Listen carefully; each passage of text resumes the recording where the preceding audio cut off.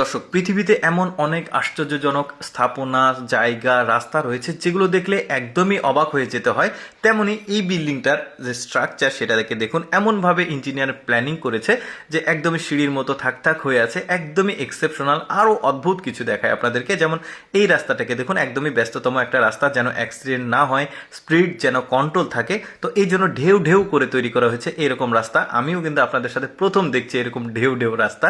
এরপরে দেখুন, পৃথিবীর সবচাইতে অদ্ভুত একটা গ্রাম দেখাবো। স্বাভাবিক মনে হতে পারে প্রথমে দেখে, বাট এই গ্রামে যাওয়ার কোনো রাস্তা নাই, শুধুমাত্র আছে সিঁড়ি। অর্থাৎ এই গ্রামটি একদমই সমুদ্রপৃষ্ঠ থেকে প্রায় 10 থেকে 12 হাজার ফুট উচ্চতাতে অবস্থিত, যেখানে যাওয়ার জন্য শুধুমাত্র আপনি সিঁড়ি অতিক্রম করতে পারবেন। প্রায় 2556টি ধাপ অতিক্রম করে এই সিঁড়ি বেয়ে আপনাকে ওই গ্রামে পৌঁছাতে হবে। মানুষের চিন্তাধারা চিন্তা করে দেখুন। আচ্ছা, একটু ইনফরমেশন দিয়ে দিই এটাকে। এটা প্রায় 200 বছর ধরে এই গ্রাম পুরো পৃথিবীর সাথে বিচ্ছিন্ন ছিল। পরবর্তীতে সিঁড়ি করার পর মানুষ, তারপরে ট্যুরিস্ট যেতে পারে এখানে। আর 2556টি সিঁড়ি অতিক্রম করে এই গ্রামে যেতে হয়। মানুষ চিন্তা করুন কি ধরনের চিন্তা ভাবনা তাদের, যে ওইখানেই তাদেরকে বসবাস করতে হবে পাহাড়ের একদমই উচ্চতায়। তারা পৃথিবীর অন্যান্য কারোর সাথে যোগাযোগ রাখবে না, তারা নিজেরাই থাকবে একাই। মানে চিন্তা করুন মানুষের চিন্তাধারা কতটা ব্যতিক্রম হতে পারে। আচ্ছা, আরেকটা অদ্ভুত জায়গা দেখাই। দেখুন এইখানে যে পিলারগুলো দেখবেন, অনেকটা দেখতে কার্টুনের মতো। এখন আপনারা ভাবতে পারেন এই ধরনের জিনিসপত্র তৈরি করার কারণ কি। দেখুন, চীনের একজন বৃদ্ধ মহিলা ছোটবেলায় স্বপ্ন দেখতো যে এইরকম একটা জায়গার স্বপ্ন দেখতো। পরবর্তীতে সে যখন অনেক সামর্থ্যবান হয়েছে, টাকা পয়সার মালিক হয়েছে, তখন তিনি তার ছোটবেলার যে স্বপ্নটা ওইটাকে বাস্তবায়ন করেছে এই ধরনের জিনিসপত্র তৈরি করে। দেখুন মানুষের কত চিন্তাধারা অদ্ভুত হতে পারে। এই ধরনের জায়গাগুলো পরবর্তীতে ট্যুরিস্টদের জন্য উন্মুক্ত করা হয়েছে।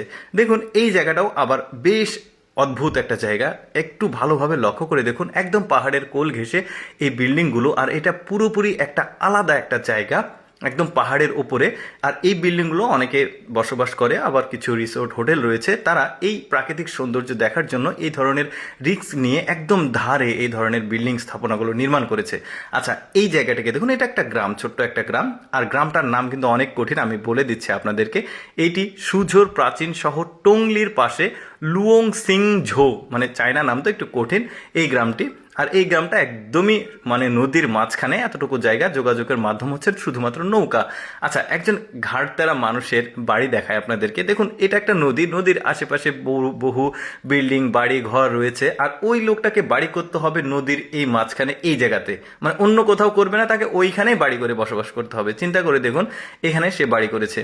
কি অদ্ভুত চিন্তাধারা মানুষের, চিন্তা করে দেখুন। দর্শক, আমি সবসময় চেষ্টা করি আপনাদের সামনে অজানা তথ্যমূলক ভিডিওগুলো উপস্থাপন করার, যেগুলো মানুষের দেখার সুযোগ খুবই কম হয়। এইরকম ভিডিও প্রতিদিন দেখতে আমাদের লেটস গো ফেসবুক পেজটি ফলো রাখতে পারেন। আজকের এই ভিডিওটি কেমন লাগলো অবশ্যই কমেন্ট করে জানাবেন। ধন্যবাদ সবাইকে।